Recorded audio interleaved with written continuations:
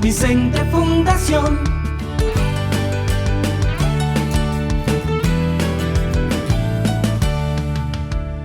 San Vicente Fundación. Muy buenas tardes. Bienvenidos a su programa A Nuestra Salud.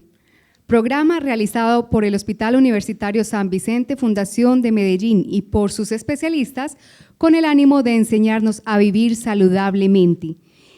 Esta es una manera de entregarnos tips para nuestro autocuidado y para detectar esas señales que nos indican que debemos visitar a un especialista. Recordemos entonces que estas conferencias no reemplazan la visita al médico, pero les enseñan a ustedes a detectar esas claves, esos tips que nos dicen algo está mal, ¿cierto? Entonces, en caso de necesitar una consulta, de requerir una cita, vamos a marcar el teléfono 448-2626, opción 1 para Medellín, opción 2 para Río Negro. Damos un saludo muy cordial a quienes están presentes aquí en este auditorio. También vamos a dar un saludo a quienes nos acompañan a través de nuestro canal de YouTube. Un saludo también muy especial para el Centro Comercial San Diego, quien nos ofrece este espacio cada mes para poder realizar esta actividad que beneficia a tantas personas. Muchas gracias al Centro Comercial San Diego. El tema de hoy, un tema muy importante, un tema que nos toca a todos, porque en algún momento de nuestra vida hemos tenido nosotros mismos o nuestros familiares algún problema con nuestros riñones, ¿cierto? Entonces, ¿qué pasa? Hoy vamos a ver cómo proteger nuestros riñones. Este es un órgano muy vital para tener una muy buena calidad de vida y del cual en ocasiones abusamos sin darnos cuenta. Hoy conoceremos más sobre los riñones, cómo cuidarlos y cómo alimentarnos saludablemente para tener un óptimo funcionamiento de los mismos. Para ello tendremos el acompañamiento de la nefróloga Diana Cadavid Aljure y la nutricionista Ángela Castañeda Agudelo. Tendremos entonces un conocimiento muy nutrido sobre el tema y espero lo aprovechen de la mejor manera. Iniciamos pues nuestra sesión de A Nuestra Salud e invitamos a la doctora Diana Cadavid Aljure, nefróloga del Hospital Universitario San Vicente Fundación de Medellín. Buenas tardes, muchas gracias a todos por su asistencia. Ya nos hicieron una muy buena introducción. Mi nombre es Diana Cadavid, soy especialista en medicina interna y especialista en nefrología. La nefrología es la ciencia que estudia los riñones, es decir, mi especialidad es específicamente esto, los riñones. Y es una enfermedad que viene aumentando y cada vez vemos más, no solo en Colombia, sino en el mundo, más incidencia, es decir, más pacientes que cada vez están enfermando más de los riñones. La razón de esto puede ser varias cosas. Uno es que hemos cambiado nuestros hábitos, dos es que han aparecido nuevos medicamentos, tres es que de pronto estamos teniendo diagnósticos más tempranos que antes, donde se hacían menos estudios. Y es la razón por la que esta enfermedad sigue siendo más prevalente y cada vez la estamos escuchando con mucha más frecuencia. Entonces, ¿qué es una enfermedad renal crónica? Y así se llama cuando se enferman de manera prolongada los riñones, porque también hay enfermedades renales agudas, donde el riñón se enferma pero vuelve y se mejora. Ahora, la enfermedad renal crónica es el padecimiento por el cual los riñones dejan de hacer las funciones, no están trabajando normalmente, pero esto tiene diferentes grados. Pueden haber desde daños leves, llamadas enfermedades renales crónicas grado 1, hasta ya enfermedades graves como la grado 5, que lo vamos a ir viendo a través de la conferencia. Y lo más importante es que la enfermedad renal empieza, pero puede ser progresiva e irreversible, que es cuando ya se vuelve una enfermedad renal crónica grado 5 o conocida más como enfermedad renal crónica terminal, que es lo que alguna vez han escuchado los pacientes que están en diálisis. Entonces, bueno, empecemos por el principio y siempre hay que empezar por aquí, y es cómo funcionan en realidad los riñones, dónde están ubicados, qué son. Entonces, miren, este es el cuerpo pues de una mujer y este es el del hombre y van a encontrar ahora las diferencias. Los riñones son más o menos del tamaño de un puño, del puño de la mano, y se encuentran en la parte posterior, es decir, acá atrás, donde la gente dice que le duele, pero ya vamos a ver alrededor de esto qué pasa. Los riñones tienen esta cuerdita que es lo que comunica con la vejiga. Esto se llama ureter. Acuérdense que de aquí viene la orina, sale hasta acá, que es la vejiga, y luego de la vejiga la orina sale por donde la vemos, que se llama uretra. La uretra de la mujer, como la pueden ver, es muy corta. La uretra del hombre, por supuesto, atraviesa, es mucho más larga y acá se logra ver. Esto tiene diferencias importantes, por eso las mujeres, por ejemplo, tenemos más predisposición a hacer infecciones urinarias, porque esta uretra es muy cortica, está más cerca de todo el área perineal, de toda el área, pues por ejemplo el ano se puede contaminar mucho más fácil con secreciones, por ejemplo de la vagina, que el hombre, que tiene una uretra mucho más larga y más distante. Entonces, bueno, aquí se empiezan a producir, pero los riñones no solo producen orina, esa es solo una de sus funciones, que es la más conocida porque es la que vemos, es la más fisiológica, pero el riñón hace muchísimas cosas, ustedes no se alcanzan a imaginar, y esa es la razón por la que desde muy chiquita en la medicina me enamoré de los riñones, porque los riñones son muy funcionales y es un órgano de los más importantes del cuerpo y además un órgano noble, porque se enferma con todo lo que pase alrededor en el cuerpo. Cuando el corazón se daña, se enferma el riñón, cuando se daña el hígado, se enferma el riñón y así sucesivamente. Entonces, miren, el riñón se encarga de que nuestra sangre esté bien, esté en un pH adecuado. ¿Qué significa un pH adecuado? Que ni sea muy ácido ni sea muy alcalino, y eso lo regulan los riñones. Cuando el riñón se enferma, vamos a tener una sangre más ácida de lo normal y así no van a funcionar bien las células, no va a funcionar bien el organismo ni los otros órganos y se vuelve una enfermedad general o sistémica. Ahora, también regula muchos electrolitos, pues regula el sodio, pero entre esos uno muy importante es el potasio, que se está pues aquí con esta K, pero el potasio se lo señalo es porque específicamente tiene una función muy importante en la electricidad del corazón. Cuando el riñón falla, el potasio se empieza a elevar en la sangre y puede fallar el corazón. La parte eléctrica. También tiene funciones en la médula ósea. Esto que ven aquí es un hueso. Resulta que el riñón no solamente produce orina, regula la acidez de la sangre, regula electrolitos importantes como el sodio, el potasio, el cloro, sino que además produce enzimas. Entre esas enzimas hay una muy importante que se llama la eritropoyetina. Eritro porque va a la médula ósea, que es este huesito, la parte de adentro del hueso, se llama médula, y ahí ayuda a que se produzcan glóbulos rojos, es decir, parte de la sangre. Entonces, cuando los pacientes empiezan a tener enfermedad del riñón, además van a presentar anemia. No siendo suficiente con todo lo que les he dicho, también regula el calcio, el fósforo, una hormona que está aquí en el cuello, encima de las tiroides, que se llama la paratiroides, que son 4, y estas glandulitas regulan el calcio y el fósforo del cuerpo. Entonces, además de todo esto, también tiene que ver con los huesos y nos ayuda a tener un riñón sano, ayuda a tener huesos sanos. Entonces, como ven, los riñones no solo sirven para orinar, y a veces esto cuesta explicárselo, por ejemplo, cuando me llegan los pacientes. Doctora, es que yo a usted no le creo que estoy enfermo de los riñones porque yo orino. No, señor. Resulta que el riñón no solo sirve para orinar, sirve para muchas cosas. Y la más importante es que por la orina salen los desechos del cuerpo, pero no necesariamente al orinar esta función se está cumpliendo. Entonces, a veces podemos tener adecuada diuresis, es decir, adecuada orina, pero no estar sacando los desechos del cuerpo o no estar haciendo alguna de tantas funciones del riñón. Entonces es por eso que aunque orinemos hay que estar pendiente de los riñones, hacerse chequeos y lo vamos a ver en las recomendaciones. Entonces, pero doctora, entonces ¿yo qué puedo sentir cuando tengo los riñones malos?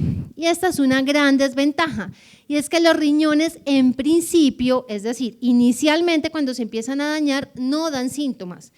El dolor de espalda no es un síntoma de enfermedad renal, y no hay manera de saber que el riñón está empezando a disfuncionar, pero hay, digamos, factores de riesgo que hay que tener en cuenta para saber que uno necesita chequeos más frecuentes de los riñones. Por ejemplo, hipertensos, diabéticos, pacientes que ya hayan tenido cálculos en los riñones, que tengan antecedentes familiares de enfermedades renales, deberían chequearse más frecuentemente. pero en general deberíamos hacernos un chequeo al menos una vez al año de la función renal, porque no hay manera de saber que el riñón está fallando al principio. No hay signos claros. Cuando ya está un poco más avanzado y ya de pronto es tarde la detección, empiezan a aparecer síntomas físicos. Entre esos está la hinchazón de las piernas o el edema en miembros inferiores, como lo llamamos. Pero sí hay que tener cuidado porque las causas del edema pues son muchas, ¿cierto? Está la insuficiencia venosa, está la falla del corazón y no necesariamente cuando se hinchan los pies es riñón, pero sí es una alerta que hay que tener en cuenta. El paciente empieza a sentirse mal, ahogado, porque está orinando menos, ya se empieza a acumular el agua en el cuerpo y empieza de pronto a veces a acumularse en los pulmones. Eso se llama edema pulmonar y es cuando empezamos a ver disnea o ahogo o falta de aire. También puede haber náuseas, empiezan a sentirse enfermos y es lógico porque los riñones no están funcionando adecuadamente y se empiezan a intoxicar. El BUN, la creatinina y otras sustancias empiezan a quedarse acumuladas en el cuerpo y a generar malestar y toxicidad. La presión se puede empezar a alterar porque es otra de las funciones importantes del riñón. Al regular el agua y al regular enzimas importantes como la enzima convertidora de angiotensina y otras, ayuda a que la presión se eleve. Entonces, a veces cuando uno no es hipertenso, sobre todo en edades extremas, los niños y digamos más ancianos, tener en cuenta que si uno no es hipertenso y de un momento a otro se volvió hipertenso, tener en cuenta que pueden ser los riñones y hay que estudiarlo siempre. Y de hecho, pacientes jóvenes hipertensos también hay que consultar porque es muy frecuente de pronto que el paciente empieza hipertenso, va a una consulta primaria, se le manda un antihipertensivo, es decir, una pasta para bajar la presión y nunca se estudiaron los riñones. Y es algo grave porque luego empieza a deteriorarse el riñón y nunca nos dimos cuenta que fue. Y es muy frecuente. Y lo otro es que ya el paciente deja de orinar, se cierra la llave. Pero a veces, como les digo, pueden haber enfermedades avanzadas donde siguen orinando, pero el riñón dejó de hacer el resto de funciones. Entonces, no necesariamente dejar de orinar u orinar significa que el riñón esté bien. Esta es una de las consultas frecuentes. Doctora, es que me duele acá y me duelen los riñones. Los riñones no están inervados de esa manera. Y lastimosamente para mí no duele como el corazón. Cuando uno le da un infarto, lo primero que hace es tocarse el pecho, porque sí, señores, el corazón cuando está isquémico, es decir, cuando no le está llegando buena sangre y está infartado, sí presenta dolor, pero los riñones no duelen, excepto cuando están inflamados o infectados, algo que se llama pielonefritis, ahí sí pueden doler, o que tengan cálculos y empiecen a bajar por la vía urinaria. También puede ser otra de las causas por las que los riñones duelen, pero en general las enfermedades del riñón no duelen y pueden ir deteriorando la función sin que nos demos cuenta. ¿Y qué enfermedades afectan más frecuentemente el riñón? Era lo que les decía. Uno tiene que tener en cuenta qué enfermedades tiene porque hay unas que afectan más que otras los riñones. Entre estas está la hipertensión y la diabetes, son las enfermedades que más dañan riñones. Entonces, esto sobre todo cuando está mal controlado o cuando llevan mucho tiempo. Por ejemplo, un diabético que lleve 10, 15 o 20 años de diabetes mal controlada, ya están dañados los riñones, pero además otros órganos como la retina, como los nervios de las piernas. Entonces, lo más importante al tener estas enfermedades es tenerlas adecuadamente controladas. La obesidad, ¿quién iba a pensar que uno por ser gordito se iba a enfermar de los riñones? Y resulta que sí. Y a mis pacientes trasplantados les insisto mucho con el peso. Si ustedes tienen un trabajador para un edificio y lo ponen a barrer y a trapear todo el edificio, ese trabajador se enferma, se cansa y dice, no, yo saco la maleta y me voy. Así funcionan los riñones. Cuando tienen mucho trabajo, como todo un edificio, un gordote bien grandote, ellos se cansan y dicen, yo saco la maleta y me voy. Entonces es muy importante, y lo vamos a hablar ahora con la doctora Castañeda, que es la nutricionista, y es mantener un peso adecuado. El peso adecuado, pues, para todo, pero para que sepan que también influye en la función del riñón. Las infecciones, por supuesto, lo veíamos y se los dije ahora, si uno tiene infectado el riñón, pues puede generar cicatrices, puede generar deterioro de la función y cuando es muy frecuente puede generar daños a largo plazo, pero no solo las infecciones directamente del riñón, sino infecciones sistémicas también pueden algunas veces dañar los riñones. ¿Como cuáles? Como las hepatitis, sobre todo la C y la B. El virus del SIDA o el VIH también puede dañar riñones y entre esos muchos otros. Entonces las infecciones en general pueden a veces comprometer los riñones. Esto es un riñón normal, no sé si lo alcanzan a ver bien, pero eso es un riñón normalito. Los riñones normalitos pues se ven lisos, son bonitos, tienen bordes bien definidos. Y miren, por ejemplo, este que se ve como lleno de tumorcitos, varios. Eso es una enfermedad genética que se llama enfermedad poliquística. Estos son quistes, es decir, como bolitas dentro del riñón, pero están vacíos. Esto puede heredarse incluso y es una de las causas por las que los pacientes pueden llegar a enfermedades ya grado 5 terminales requiriendo terapias de soporte como hemodiálisis. Entonces, esto de riñones poliquísticos, si tienen algún familiar cercano en primer grado, hay que hacerlo revisar y evaluar porque puede heredarse y también generar disfunción renal. Y quería mostrarles que es la unidad funcional del riñón, se llama nefrona. Dentro del riñón están varios de estos, esto se llama un glomérulo, y hay enfermedades que atacan directamente eso. Esto es microscópico, pues esto no lo podemos ver al ojo normal, ni siquiera teniendo el riñón en la mano. Cuando les decimos alguna vez, no sé si alguno ha escuchado, biopsia renal, lo que tratamos es de sacar varios de estos, entre otras cositas que están en la parte de afuera, que se llama la corteza, porque hay enfermedades que atacan directamente esto, se llaman glomerulopatías primarias. ¿Y eso qué significa? Que pues salió con esa enfermedad y que así no tenga ninguna otra enfermedad sistémica, el cuerpo está generando un daño directo a esta celulita que se llama, pues a esta parte del riñón que se llama el glomérulo. Entonces eso se llaman glomerulopatías y realmente es una fracción mucho más pequeña de compromiso renal que todo lo otro que les expliqué ahora. Los medicamentos, y esto hay que tenerlo muy en cuenta, vivimos en un país donde los medicamentos no están regulados y ustedes pueden ir a cualquier farmacia, preguntarle al farmacéutico que tiene un dolor de muela que qué se toma. Y no es infrecuente, por ejemplo, el paciente hipertenso que toma enalapril y que le dio, no sé, un dolor en la rodilla por una artrosis y toma analgésicos y toma todos los días en repetidas ocasiones y cuando no le funcionaba y se los aplica a la farmacia. Resulta que esos medicamentos, los antiinflamatorios, sobre todo cuando están mezclados con otros medicamentos, pueden generar daño al riñón y a veces son daños que pueden ser agudos, pero con un consumo muy largo ya puede generar daños crónicos y permanentes. Entonces lo más importante es tratar de no automedicarse y que si en algún momento pues tienen un dolor que sea una cosa cortica y no sostenida. Si tienen un dolor crónico no se automediquen ni consulten. Principalmente este tipo de medicamentos que son conocidos como AINES, antiinflamatorios no esteroideos, que entre esos están los muy comunes que todos tomamos, diclofenaco, ibuprofeno, naproxeno, nimesulida, entre otros que son menos conocidos. ¿Y quién iba a pensar que esto puede generar eso?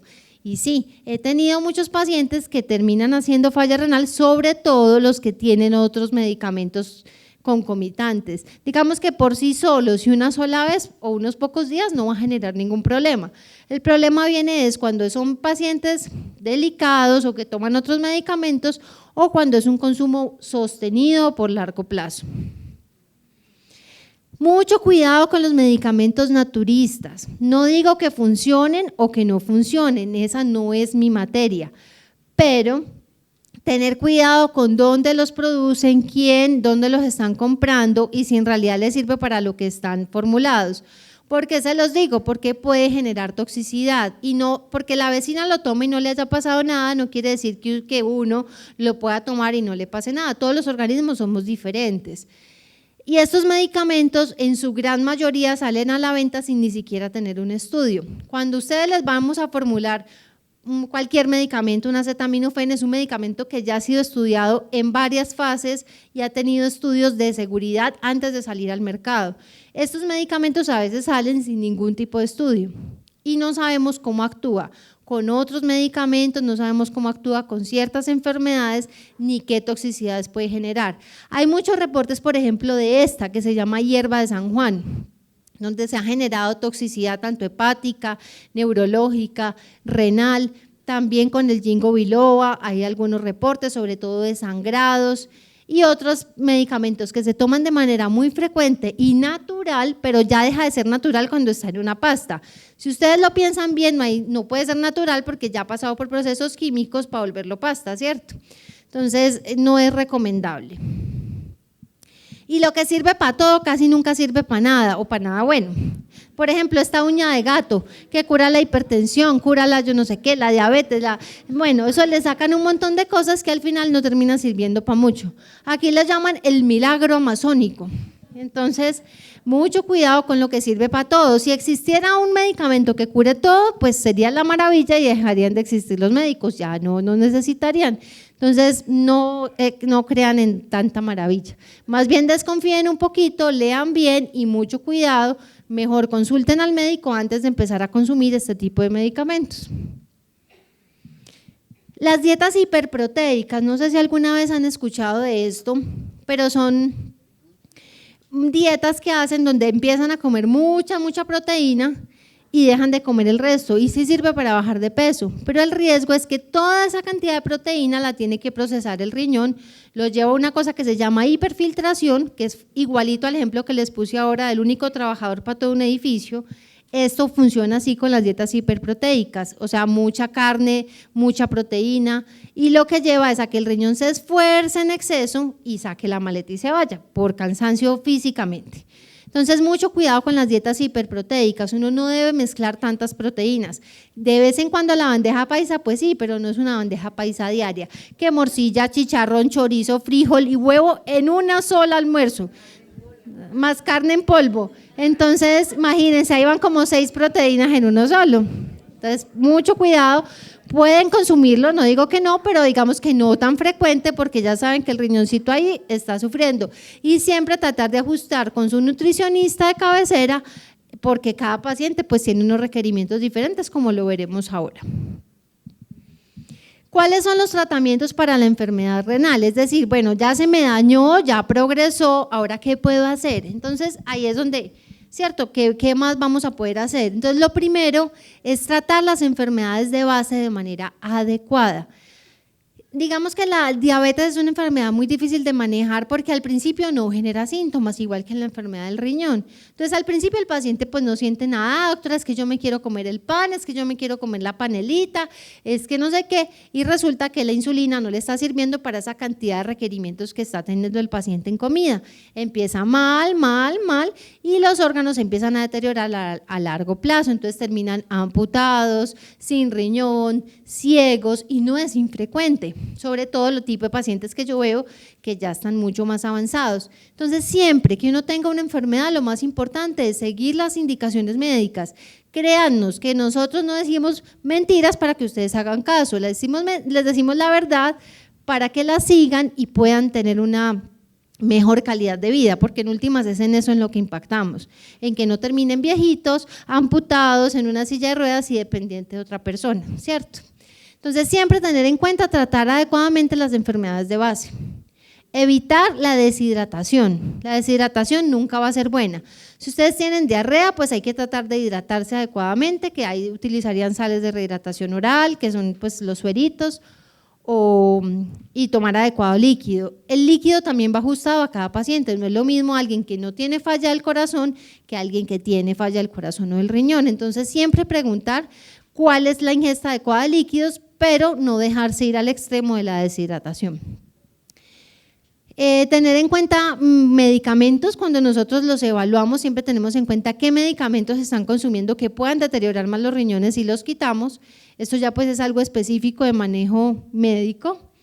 Y también tener en cuenta los cambios del estilo de vida, lo que les decía, la enfermedad, por ejemplo la obesidad puede llevar a mayor progresión, el no comer adecuadamente, el no hacer ejercicio. Entonces los cambios a un estilo de vida saludable también ayudan a cuidar y a proteger nuestros riñones. Ahora, ya cuando no hay mucho para hacer o cuando ya definitivamente la enfermedad progresó por X, Y o Z, sea porque el paciente no se cuidó, o porque no acudió temprano al médico o porque esa era su evolución natural y terminó en una enfermedad renal crónica grado 5, existen tratamientos. Entonces, esta también es otra cosa que es difícil de asumir a veces para un paciente entrar en diálisis, así se llaman los procesos en los que ayudamos a que el riñón pues no está funcionando, pero podemos ayudarle de manera externa como si fuera un riñón artificial, por decirlo de alguna manera, o como una lavadora, ¿cierto? No es realmente así como funciona, pero es para que me entiendan. ¿Cómo funciona esto? Por ejemplo, aquí vemos a este paciente conectado en sus venitas, le sale la sangre, se limpia y se saca el agua que está en exceso y que los riñones no están pudiendo sacar, y luego después de pasar por filtros y unos procesos, la sangre vuelve limpia y sin el exceso de agua que teníamos. Este se llama hemodiálisis, o sea, con sangre, hemodiálisis. Pero existe otro proceso que se llama la diálisis peritoneal y es poner un catéter o una manguerita que va directamente al peritoneo, donde se ponen unos líquidos y por concentración todo lo sucio del cuerpo sale al agua que se está metiendo y luego el agua sucia se saca. Esto se llama diálisis peritoneal. Este se hace 3 veces por semana, 4 horas. Este se hace 4 veces al día por toda la vida. Sí, esto suena difícil y suena a qué pesar, entonces hay que tratar de impactar de manera temprana, diagnósticos tempranos, tratar de hacer adecuadamente los seguimientos médicos, cuidarse de las enfermedades, pero cuando ya llega a este proceso donde hay que entrar a alguna de estas terapias, hay que pensar de manera positiva, siempre ver el vaso medio lleno. Y es que antes la gente se moría sin tener acceso a este tipo de terapias y ahora afortunadamente existe algo que reemplace el riñón. No lo reemplaza de manera igual ni tan fisiológica como un riñón natural, pero funciona de manera parecida y por lo menos sostiene la vida, ¿cierto? Entonces hay que mirarlo como que, bueno, el cerebro no tiene reemplazo, el corazón tampoco, pero al menos el riñón tiene algo que soporta la vida. Y existe una terapia que sería la ideal en la mayoría de personas, aunque eso tiene indicaciones específicas, y es el trasplante renal. Nosotros, el Hospital San Vicente, es un centro trasplantador. En Río Negro tenemos todo el centro de trasplantes y lo que hacemos es tener un riñón, puede ser de cadáver o puede ser de donante vivo. Uno puede vivir perfectamente con un solo riñoncito. Entonces, se estudia adecuadamente la persona, solo pueden donar familiares en primer grado o esposos. Y ese riñón se toma y se pega aquí adelante. Los pacientes se asustan mucho porque el riñón les queda aquí y lo sienten. Así es el trasplante renal, queda acá adelantico, que es ahí donde lo están viendo pegado, más sus riñones nativos. Los riñones nunca se quitan, pues no generalmente, hay indicaciones de quitarlos, pero no generalmente. Aquí quedan los riñones y aquí se pone el trasplante. Y aunque tienen que tomar medicamentos por toda la vida, pues digamos que les quita el hecho de estarse dializando. Este pues es otro de los tratamientos que se puede dar, no es para todo el mundo, tiene indicaciones específicas, pero para conocimiento de ustedes es otra de las opciones. Entonces, con esto terminamos unas grandes recomendaciones. Siempre hacer chequeos médicos anuales para un diagnóstico temprano, mínimo una vez al año, excepto en pacientes que ya tengan condiciones, como les explicaba, diabetes o hipertensión, donde se hace más frecuente o por indicación médica por alguna otra razón. Seguir las recomendaciones tanto de medicina como de nutrición para tener estilos de vida más saludables y una adecuada nutrición. No automedicarse. Y le dejo a mi compañera, la nutricionista, el resto de recomendaciones que van más dirigidas a nutrición.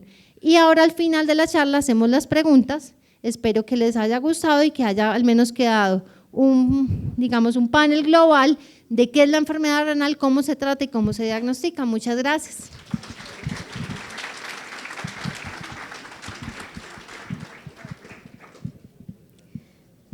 Bueno, agradecemos entonces a la doctora Diana Cadavid Aljure e invitamos entonces a Ángela Castañeda Gudelo, nutricionista del Hospital Universitario San Vicente Fundación de Medellín, para que complementemos este conocimiento.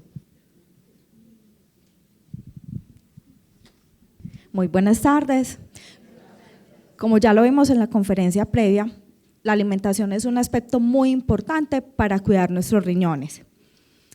La diabetes es la causa principal de la enfermedad de los riñones. De hecho, el 44% de las personas que comienzan con el tratamiento de diálisis tienen falla de los riñones a causa de la diabetes. Otra premisa importante es que la hipertensión arterial es causa frecuente de daño renal y mucho más si está asociado a otros factores como colesterol alto, triglicéridos altos o azúcar elevada. La Organización Mundial de la Salud nos recomienda rebajar el consumo de sodio a fin de reducir la tensión arterial y el riesgo de enfermedades cardiovasculares, accidentes cerebrovasculares y enfermedades del corazón. Nos recomiendan un consumo de 2 gramos de sodio, que esto equivale a 5 gramos de sal al día, es decir, una cucharada sopera de sal al día. Este consumo de sal está elevado crecientemente en todo el mundo. Para ello es importante una alimentación saludable.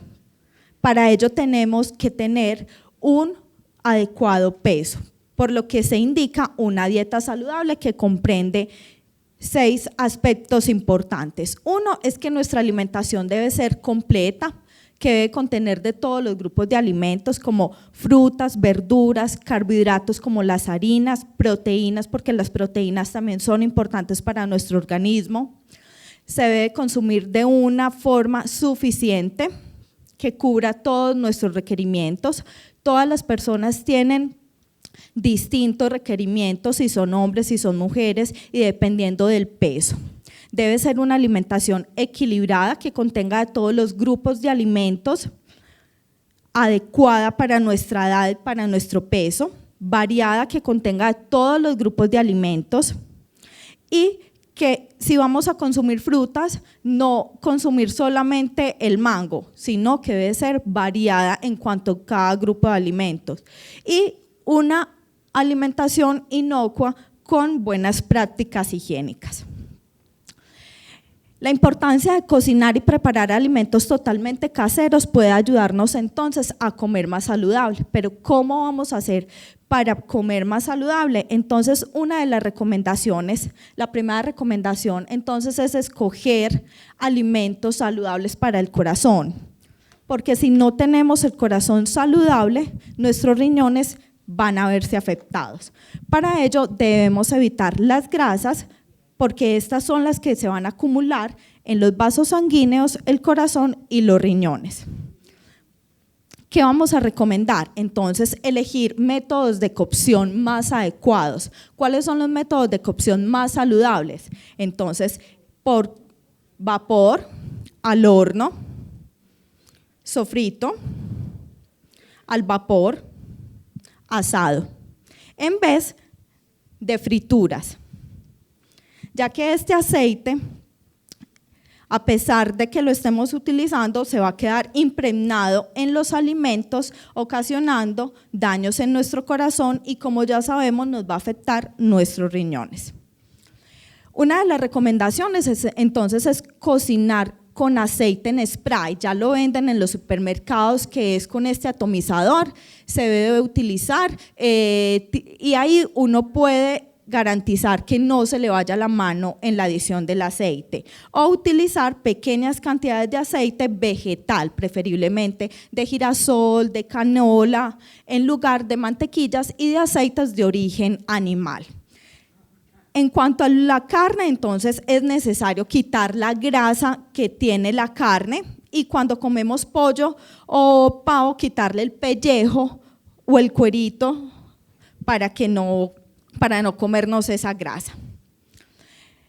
Hay alimentos que contienen más sodios que otros, entonces es importante saber cuáles son los alimentos que tienen un alto contenido en nuestra dieta. El primero de ellos, entonces, tenemos la sal, que ya sabemos que una cucharada sopera tiene 1938 miligramos de sodio. Y recordemos que la recomendación diaria de sodio son 2 gramos de sodio al día. Los caldos de gallina y los cubos concentrados con los que preparamos las sopas tienen un alto contenido de sodio, de 2.400 miligramos. Las cremas de sobre, una porción trae 936 miligramos de sodio. Las carnes maduras y los quesos maduros también tienen un alto contenido de sodio. Entonces, pilas, si tenemos que disminuir y queremos cuidar nuestros riñones, debemos de tener un consumo moderado de estos alimentos.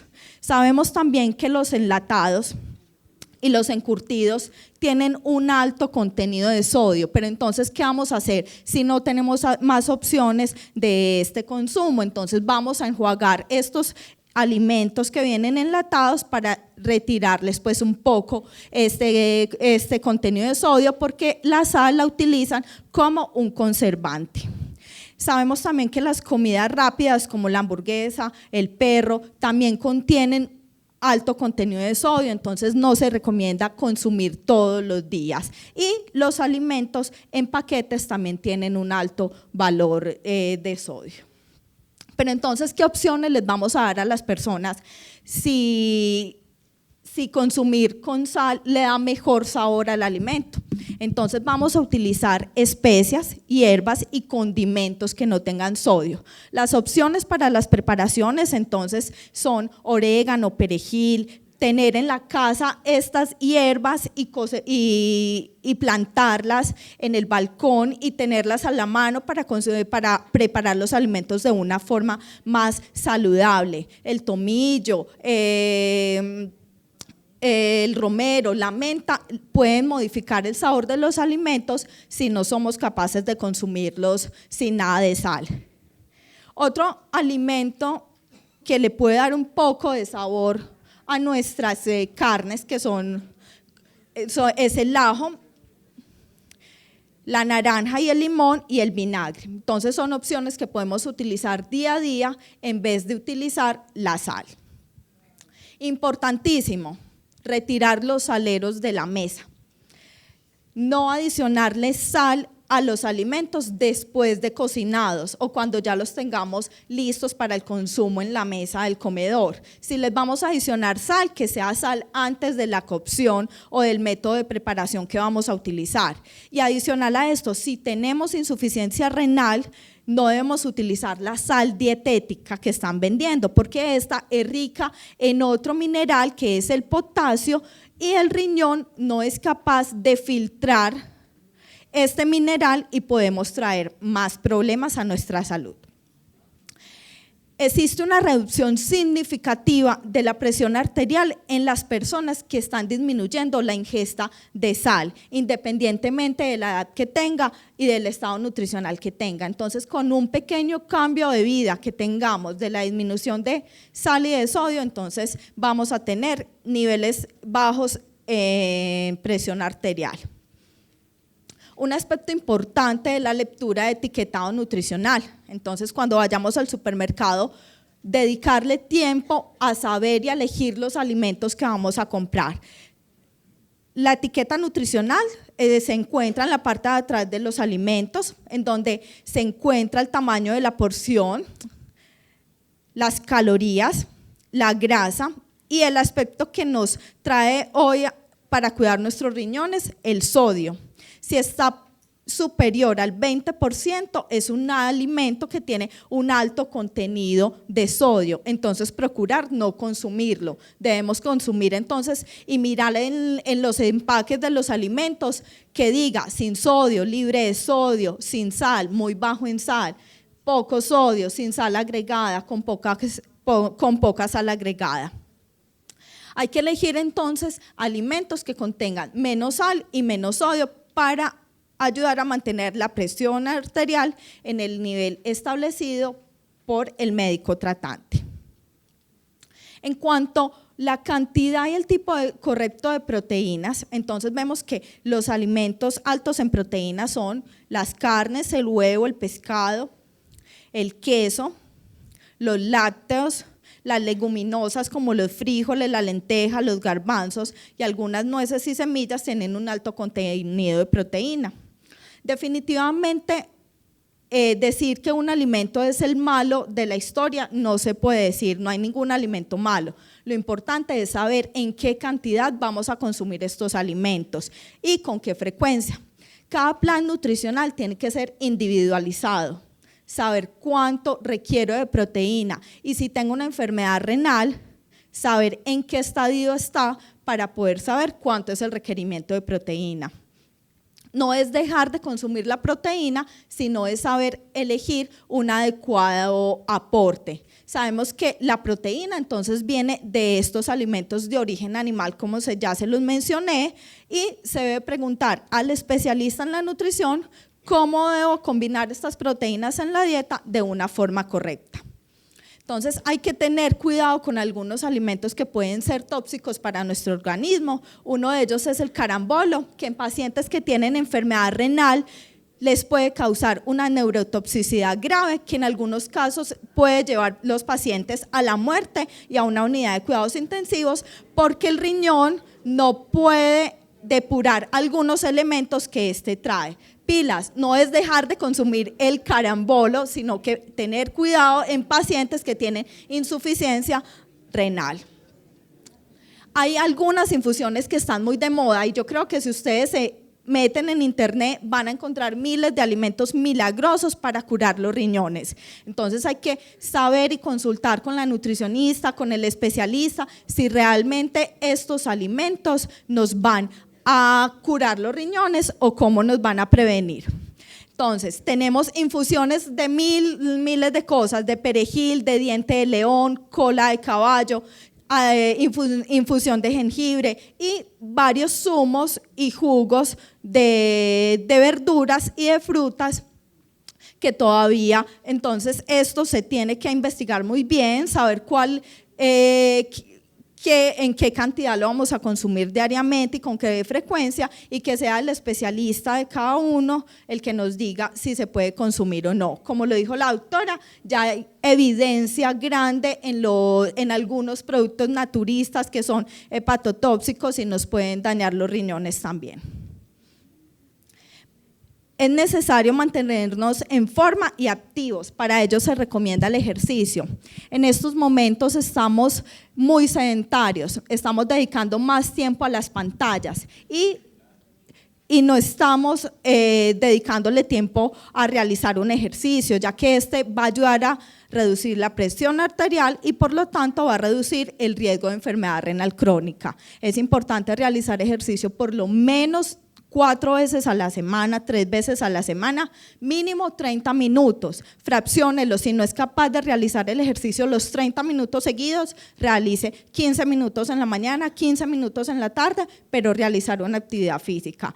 También evaluado por el médico, que sea el que nos prescriba el ejercicio que podemos realizar, porque muchas personas tienen problemas también de rodillas, de columna, y no todos los ejercicios son para todas las personas.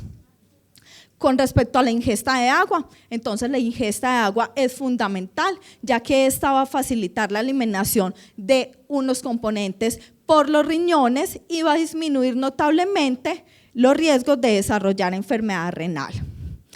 Como regla general, y esta es una de las conclusiones que queremos dejar hoy, es que recordar que todo lo que nos vaya a afectar nuestro corazón también va a afectar nuestros riñones.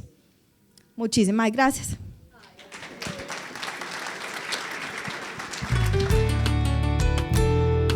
San Vicente Fundación.